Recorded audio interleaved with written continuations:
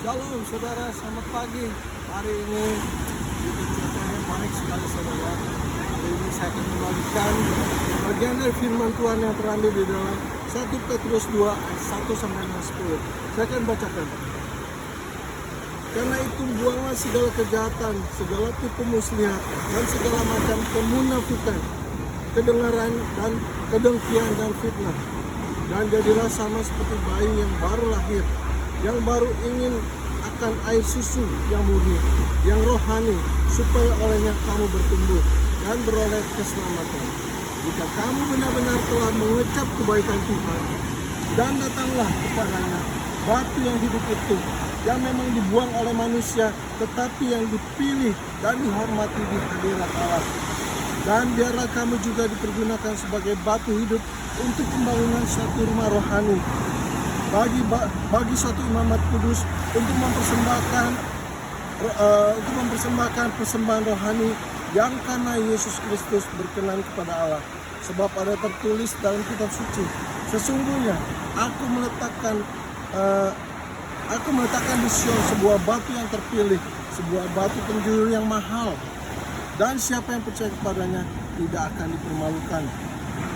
Karena itu bagi kami yang percaya dia mahal, tapi bagi mereka yang tidak percaya, batu itu telah dibuang oleh tukang-tukang bangunan, telah menjadi batu penjuru, juga telah menjadi batu sentuhan dan satu batu sandungan. Mereka tersandung padanya karena mereka tidak taat pada firman Allah, dan untuk itu mereka juga telah disediakan. Tapi kamulah bangsa yang terpilih, imamat yang rajani, bangsa yang kudus, umat kepunyaan Allah sendiri, supaya kamu memberitakan perbuatan-perbuatan besar dari Dia yang telah memanggil kamu keluar dari gelap kepada terangnya. Kamu yang dahulu bukan umat Allah, tapi yang sekarang telah menjadi umatnya, yang dahulu tidak dikasih, tapi yang sekarang telah beroleh belas kasihan Tuhan. Wow, amazing. Saudara, kita telah mendengar firman Tuhan. Di sini dikatakan bahwa perikop ini dikatakan bahwa batu-batu yang hidup, ya, kita saudara sebenarnya kita adalah batu-batu yang berserakan di sana saudara. Kita melihat ada banyak begitu batu saudara di sini. Kita melihat batu-batu yang terhampar di sini saudara. Kita dulunya adalah batu-batu yang seperti ini saudara. Ya, ini batu-batu yang kita adalah dulu batu-batu yang seperti ini saudara, yang berserakan di sana sini. Tapi saudara, Tuhan memilih saudara dan saya untuk menjadi apa saudara? Menjadi batu-batu yang hidup, menjadi batu-batu yang untuk pembangunan bait Allah. Orang di sini dikatakan bahwa salah satu contohnya adalah tempat kediaman Salomo. Tempat kediaman Salomo itu dibangun dengan batu-batu yang mahal-mahal, batu yang berkualitas baik. Tapi ini saudara, batu-batu itu adalah batu-batu yang mati saudara. Batu-batu yang mati. Saudara, Tuhan memilih saudara dan saya sebagai batu-batu yang hidup. Untuk apa saudara? Untuk pembangunan bait Allah. Kita adalah batu-batu yang hidup.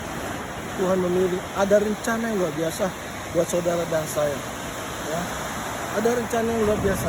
Saudara, kita sebagai batu yang hidup, kita akan melalui beberapa proses saudara. Kita akan melihatnya. Yang pertama saudara, ada beberapa proses untuk menjadi batu yang hidup. Ya nggak saudara? Yang pertama, kita harus diapakan saudara? Kita harus dibersihkan. Ya. Kita yang dulunya ada di selokan, kita yang dulunya ada di jurang, mungkin ada di kali saudara, yang begitu kotor saudara. Itu melambangkan apa saudara? Yang dulu kehidupan kita begitu kelam, ya, begitu kotor saudara. Mungkin ada yang background kita pencuri, ada yang wanita malam saudara, ya. Tapi Tuhan memilih saudara dan saya untuk apa? Untuk dibersihkan. Yang pertama Tuhan membersihkan melalui apa saudara? Melalui firman-Nya. Tuhan akan membersihkan saudara melalui firman-Nya. Kita harus dengar firman. Untuk apa? Membersihkan segala yang kotor di dalam hidup kita. Ya. Lalu yang kedua saudara, kita harus apa saudara? Kita harus siap bergesekan. Setelah dibersihkan, kita dibawa ke bait Allah. Kita harus siap bergesekan dengan batu-batu yang lain. Seringkali saudara begitu banyak gesekan-gesekan di gereja saudara ya. Dalam pembangunan bait Allah. Ada yang saling iri gitu saudara ya. Ada yang saling fitnah mungkin saudara. Tapi saya percaya semua itu kita harus lalui, ya, kita harus lalui. Memang saudara seringkali mengecewakan dalam mengiring Tuhan, tapi kita harus memandang Yesus saja. Kita harus memandang Yesus. Kita memandang Yesus yang sudah memilih saudara dan saya. Lalu yang ketiga saudara, yang ketiga dikatakan di sini bahwa kita harus apa? Kita harus siap dipotong. Lihat batu-batu di sana saudara. Batu-batu itu kadang-kadang ada yang bentuknya nggak baik saudara. Ada yang lancip, ya, ada yang somplak gitu saudara ya. Ada yang bentuknya retak gitu. Nah itu harus diapakan? Harus dipotong saudara. Yang lancip itu melambangkan apa saudara? Misalnya kita masih ada keangkuhan kita, ya nggak? Masih ada rasa sombong kita. Yang harus apa saudara? Yang harus dipotong saudara. Yang harus dipotong. Agar apa?